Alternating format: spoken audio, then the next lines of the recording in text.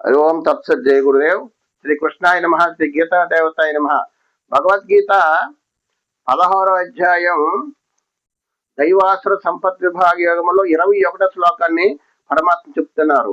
ఏమిటంటే కామ, క్రోధ, లోభ ఈ మూడు కూడా మనిషికి నరక ద్వారం అని చెప్తున్నారు. ఎవరికైతే కామము, క్రోధము, లోభము ఉంటుందో వారికి నరకంలో పడిపోతారు, నరకాన్ని అనుభవిస్తారని చెప్తున్నారు. మనలో ఉండేటువంటి ఆ గుణాన్ని బట్టి మనం ప్రవర్తిస్తూ ఉంటాం.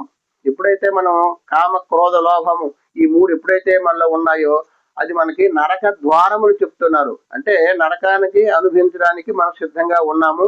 ద్వారం అంటే ప్రవేశం చేస్తున్నాం అన్నమాట. ఈ మూడు ఉన్నవారు త్రివిధం నరకస్యేదం ద్వారం నాశనమాత్మనః కామః, క్రోధస్తదా లోభః తస్మాదేతత్రయం త్యజేత్. కృష్ణ పరమాత్ముడు ఏం చెప్తున్నారంటే కామ, క్రోధ, లోభములు అవి ఈ మూడును నరక ద్వారములు. ఎవరిలో అయితే కామ, క్రోధ, లోభాలు ఉంటాయో వారికి నరకం అనేది ఉంటుంది. నరకం అంటే దుఃఖాలు అనుభవిస్తూ ఉంటారు. అవి ఆత్మనాశనముకు కారణములు. ఆత్మనాశనానికి కారణము. ఆత్మ అనేది సత్యం, ఆత్మ నిత్యము, ఆత్మానందము పొందిన వానికి ఈ కామ, క్రోధ, లోభాలు కూడా ఒకవేళ ఉంటే ఆత్మకి ఏం చెప్తున్నారు? ఆత్మ నాశనము కారణములు. ఈ మూడే కారణాలు: కామ, క్రోధ, లోభము, కోపము, ద్వేషము, కోరికలు, లోభత్వము. ఈ మూడు కూడా ఎవరిలో అయితే ఉన్నాయో వారు దుఃఖాన్ని అనుభవిస్తారు, నరకాన్ని అనుభవిస్తారు. వారు ఆత్మనే ఒక మంచివాడిని కూడా చెడ్డవారిగా మార్చే శక్తి వీటికి ఉంది.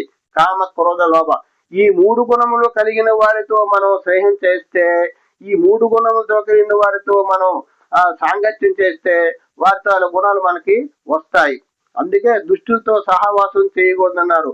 చెడ్డవారితో సహవాసం చేస్తే వారితో గుణాలు మనకి వస్తూ ఉంటాయి. అలాగే మంచి వారితో సహవాసం చేస్తే, స్నేహం చేస్తే మంచి గుణాలు మనకి వస్తాయి. ఆ విధంగా మనం ఒక మంచి వారితో సహవాసం చేయడానికి దుష్టులతో మనకి సహవాసం పనికిరాదు. కామ, క్రోధ, లోభములను ఈ మూడును నరక ద్వారం అని చెప్తున్నారు. నరకం అనుభవిస్తున్నామురా, నరకం అనుభవిస్తున్నామంటే ఈ మూడు వాళ్ళలో ఉన్నాయి.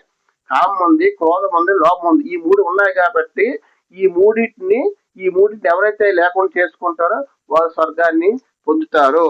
అవి ఆత్మనాశనము కారణములు అనగా మనుజుని అధోగతి పాలు చేయునని కనుక ఈ మూడింటిని త్యజించవలెను. ఏం చేస్తాయంటే కామ, క్రోధ, లోభ, మదమత్సర్యాలు ఏం చేస్తాయంటే మనిషిని అధోగతి పాలు చేస్తాయి. మనిషిని అధోగతి పాలు చేస్తాయి. నీచాతి నీచమైనటువంటి జన్మ ఎత్తుతూ ఈ సంసారంలో ఉంటూ సంసార దుఃఖాలు అనుభవిస్తూ ఈ సంసారం ఉన్నటువంటి రసహీనమైనటువంటి సంసారం చెప్తాను. ఈ సంసారం రసహీనమట.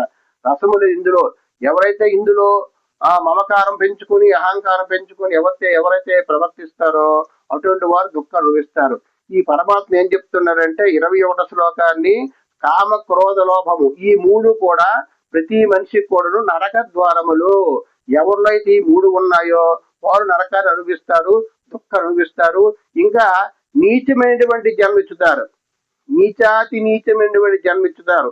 ఇప్పుడు మన నీచాతి నీచమైన జన్మలో మనం అనుభవిస్తున్నామంటే మనలో ఉండేటువంటి కామ, క్రోధ, లోభాలు ఉన్నబట్టి మనం ఈ జన్మలో మనం అనుభవిస్తున్నాము. అదే నరక ద్వారములు చెప్తున్నారు.